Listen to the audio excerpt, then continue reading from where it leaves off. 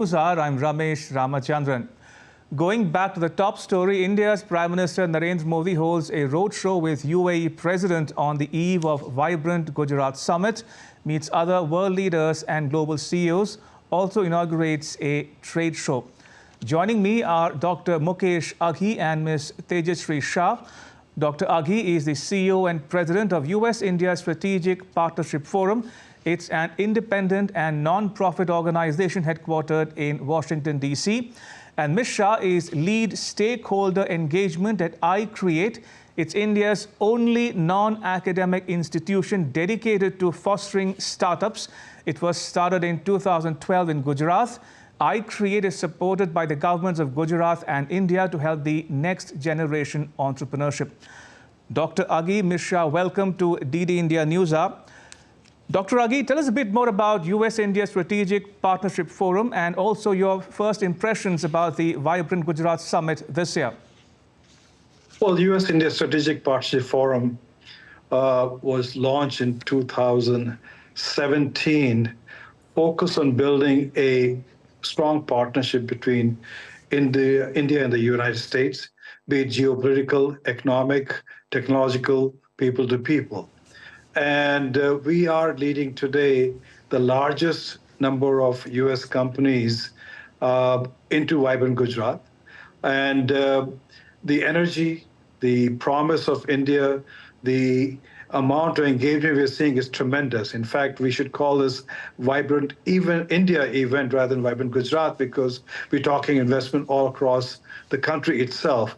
But more importantly, you have to understand, while the world seems to be in turmoil, we have two wars going on, issues in Red Sea, India stands out as a resilient democracy, a stable democracy, and more important, an economy which is growing 7+% on an annual basis, creating market opportunity to US companies, plus providing de-risking of its operations from China into India itself. So we are excited about the event, and we are engaging quite strongly both with the central and local government itself. Great. Ms. Shah, iCreate has completed a decade since its launch. How has the journey been for the organization? Right from a staff of almost 6 people, we are now a huge staff of more than 40. We've supported more than 580 innovations, and we have more than 50 patents to our credit, of course, held by our entrepreneurs. And our entrepreneurs are shining. Some of them are ready to be Sunicons. So yes, we're very happy with where we are. Also, iCreate has been the secretariat for the G20 Startup 20 Work Engagement Group. And now, in fact, in the Vibrant, we are tasked with doing a seminar focused on startups and how startups can contribute to the Viksit Bharat aim. Dr. Aghi, coming back to you, how would you describe India-US ties under Prime Minister Modi's leadership in terms of trade and investments in particular? Well, when you look at the largest investors into India are US companies. And these investments may be coming directly or through other offshore accounts, but US companies are the largest investors. You have to understand, you have a prime minister who basically has leveraged the diaspora all across the world. And you have around 5 million Indian Americans in the US who are in a very, very pivotal position across companies and also on the government side. The Indian Americans make only 1.5% of the US population, but they generate almost 6% of the GDP. So what we are seeing is a very strong interest by US companies under the effort by Prime Minister Modi to keep on coming in. And whenever he comes to the United States, he meets with all the CEOs, or when our member company CEOs come into India, he makes an effort to meet with them. So there is a sense of buoyancy about India. There's a sense of optimism about India, and there is a sense of opportunity of a $4 trillion economy, which will go into a $10 trillion economy. And how do we get the big share of the pie for the US companies?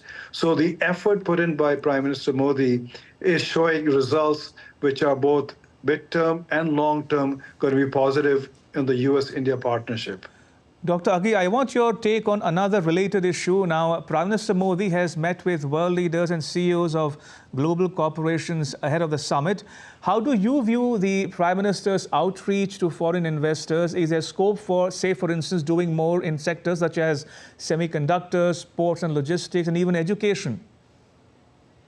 Well, our experience is that the Prime Minister, every time he comes to the US, he meets with the U.S. investors. In fact, when he was on a state visit to the United States, we hosted him at Kennedy Center, and we had 1,100 plus business leaders basically connecting with him and committing to coming to India. You have to understand, it's not just about investment, it's also about technology transfer.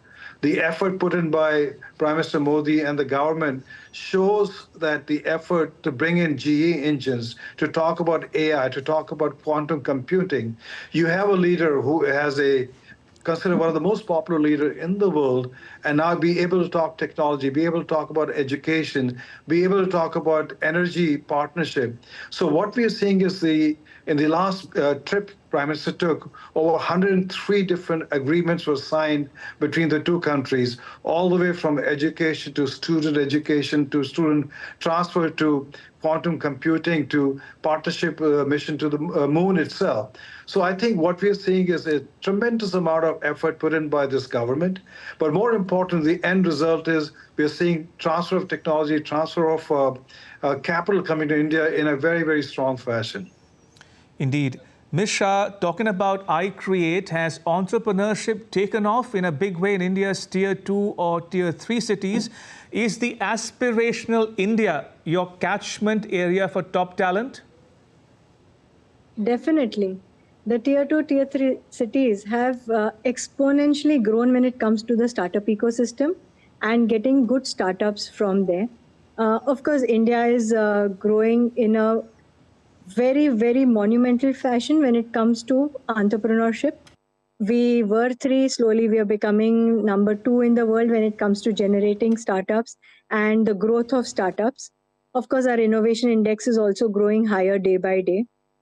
We are definitely growing by leaps and bounds, and when we started the Startup India 10 years ago, there were barely 900 startups, registered startups in India. Today, the official figure is more than 112,000 and growing day by day. And there are many startups who've not even yet registered onto Startup India. So definitely we are growing and they're contributing greatly to India's economy. I would definitely say that. Fair enough. And finally, Dr. Aghi, coming back to you, spoke about optimism and buoyancy in the way America or American industry looks at India. Talking about perceptions, is the US industry bullish in India in terms of, if I were to ask you, what is your wish list for the immediate term in terms of policies or partnerships? Well, the US industry is absolutely bullish on India. You have to understand there are multiple factors which are playing into that. Number one, China. Basically, every boardroom is asking, what is your China Plus strategy? How do you de-risk your supply chain from China? And India plays that pivotal role itself. Number two, India will become a large market for these companies. Classic example is Apple. 3 years ago, Apple was producing nothing in India. Next year, it will produce 25% of iPhone 16 in India for the rest of the world itself. So what we are seeing is a tremendous momentum. And I think it's important to understand that if you can take the reforms we have seen in Gujarat to other part of India, be able to move in much more transparently into policy making, you will see much more acceleration of investment coming in. India has taken a leaps bound of ease of doing business when you compare last 10 years and now. There's always room for improvement, and I think you'll see a momentum picking up once this government comes back in next year's election itself. Right, on that optimistic note, may I thank both my guests, Dr. Mukesh Aghi and Ms. Tejasvi Shah, for joining us and sharing your thoughts and insights with our viewers at home and abroad. Thank you for your time. Appreciate it. Moving on, India's Defence Minister Rajnath Singh met with his British counterpart Grant Shapps in London. They reviewed the full range of India-UK defence relations. The two ministers had a fruitful discussion on a wide range of issues pertaining to defence cooperation, security and on enhancing defence industrial cooperation.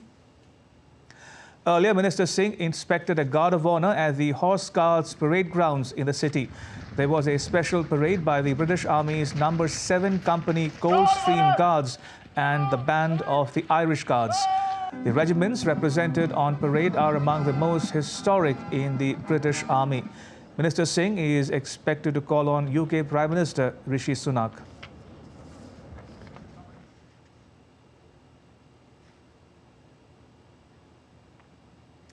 India's Information and Broadcasting Minister Anurag Thakur is in Mumbai to attend several programs, including Viksit Bharat Sankalp Yatra and Core Committee meeting of South District of the BJP.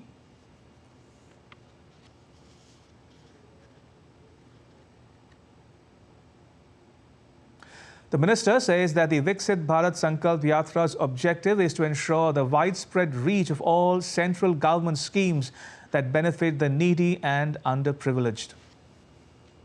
विकसित भारत संकल्प यात्रा ने ये सुनिश्चित करने का प्रयास किया है कि हर ज़रूरतमंद को, वंचित को केंद्र की योजनाओं के लाभ मिल सके, जानकारी मिल सके और जिनको आज तक लाभ नहीं मिले वो भी इसका फ़ायदा उठाएं। And now take a look at some other stories making news in India. In a first, India will hold UNESCO's World Heritage Committee meeting in the capital, New Delhi, from 21st to 31st July. The permanent representative of India to UNESCO, Vishal V. Sharma, said that the annual meeting aims to contribute to the expansion of the esteemed list of UNESCO World Heritage Sites. India's Railway Minister Ashwini Vaishnav released the latest rule book for rail construction in India's capital, New Delhi. It marks a crucial initiative towards enhancing the standards and guidelines governing railway infrastructure development. The Land Ports Authority of India has devised a comprehensive set of 16 recommendations aimed at enhancing amenities and fostering equal opportunities across all segments within the Land Port Authority of India, with the objective of achieving gender parity. And still to come on DD India News Hour. Cold wave tightens its grip, snowstorms and sub-zero temperatures hit parts of the world. And demand for wooden models of Ram Temple at Ayodhya goes up ahead of its consecration.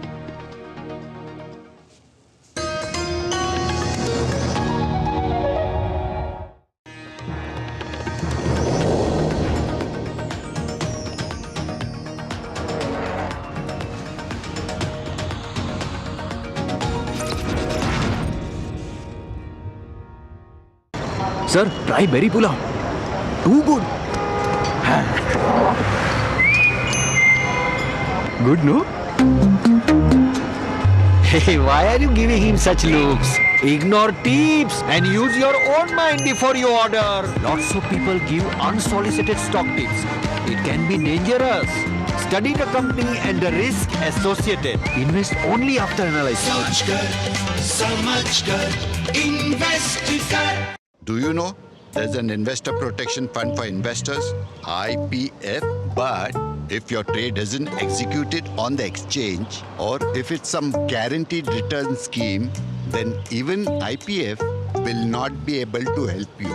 And what if your broker becomes a defaulter? Then, In that case, IPF can provide you with compensation. where did you learn this? NSE's website. सोच कर, समझ कर, invest कर.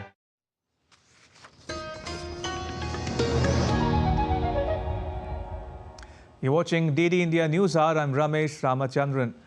Cold weather and adverse weather conditions continue to affect different parts of the world, disrupting transport and everyday activities. Take a look at the next report. Harsh winter and dense fog envelop most cities in northern India. An orange alert was issued for Haryana, Punjab, Delhi and parts of Rajasthan, anticipating light to moderate rainfall in central and northwest India. The Sisu Lake in the northern Indian state of Himachal Pradesh froze after temperatures plummeted to minus 15 degrees. India's capital, New Delhi, also continued to grapple with bitter cold as temperatures dropped to 6 degrees Celsius. Dense fog blanketed the city, disrupting normal operations of flights and train services due to low visibility. It has been extremely cold since the last week. For the past 2-3 days, there has been a cold gust of wind as well. There has been barely any sunlight. In central United States, winter storms left roads, farmlands and vehicles covered with thick snow. The National Weather Service said the major storm was expected to impact large portions of central and southern plains, Midwest and eastern US through midweek.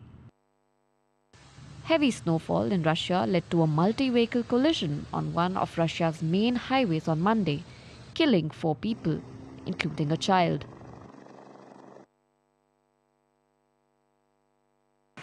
Peru braces for more downpour as it grapples with flooding in homes brought by heavy rains.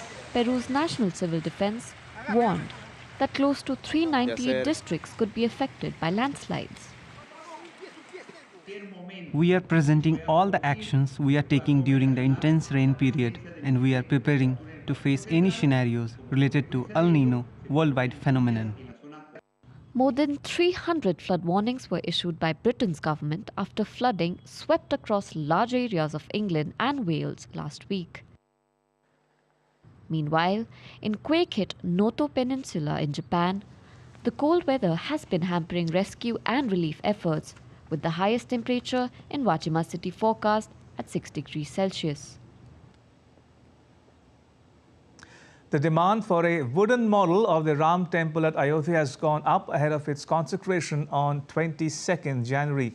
DD India's Kriti Vadhera reports.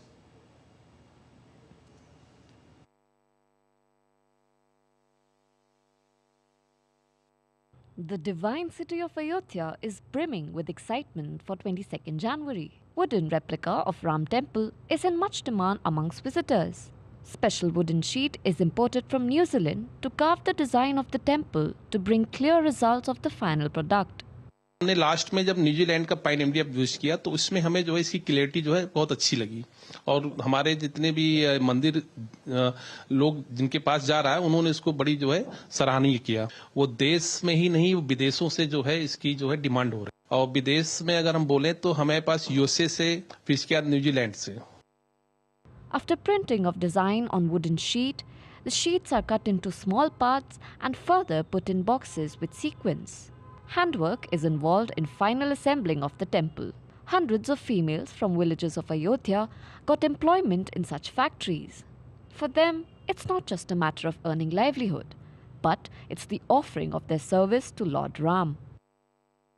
ये महिलाएं हमारे अगल बगल में ही रहती हैं, तो वो 2-4 महिलाओं को लेके आई, फिर उन लोगों को हुआ कि हाँ ये काम हमारे लिए ठीक है, तो आके सब यहाँ पर धीरे धीरे 1 से 2, 2 से 4, 2 5 करके ऐसे धीरे धीरे सारी महिलाएं आकर सारा काम अपने आप धीरे धीरे करने लगी हैं। Devotees want replicas at their homes so as to perform rituals on January 22nd. This factory is getting orders of temple replicas from throughout the world. After the consecration ceremony on 22nd January of Sri Ram Temple, millions of devotees across the globe are expected to visit Ayodhya. And while they are in Ayodhya, they would love to take a replica back to their homes. With camera person Shiv Suman, I am Kriti Vadhera reporting for DD India from Ayodhya Dham. India's Minister for Minority Affairs, Smriti Irani, who is in Saudi Arabia, accompanied by Minister of State for External Affairs, V. Muralidharan, on Tuesday paid a visit to the periphery of Al Masjid Al Nabawi, the second largest mosque and one of the holiest sites in Islam after the Masjid Al Haram in Mecca.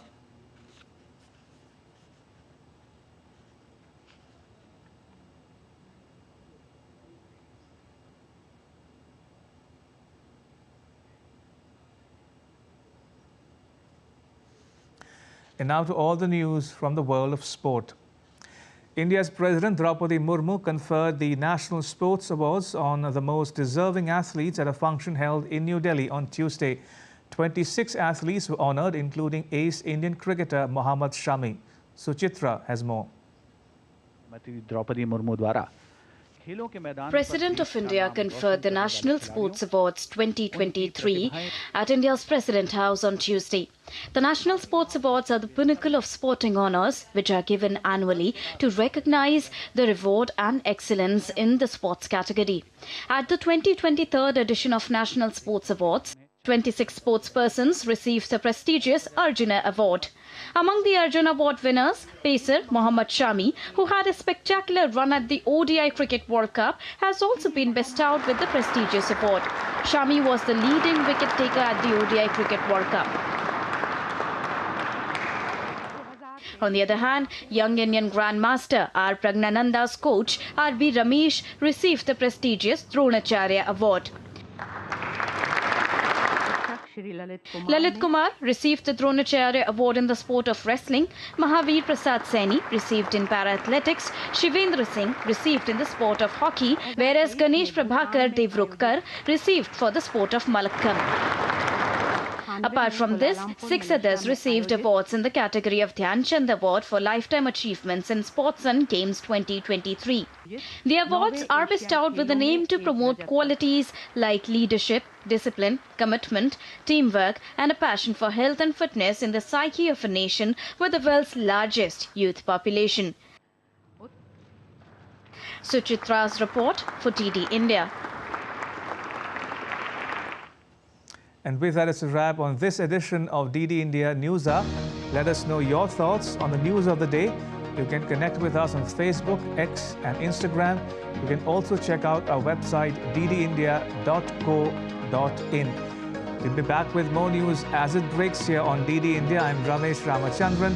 From all of us here in New Delhi, thanks for watching DD India News Hour.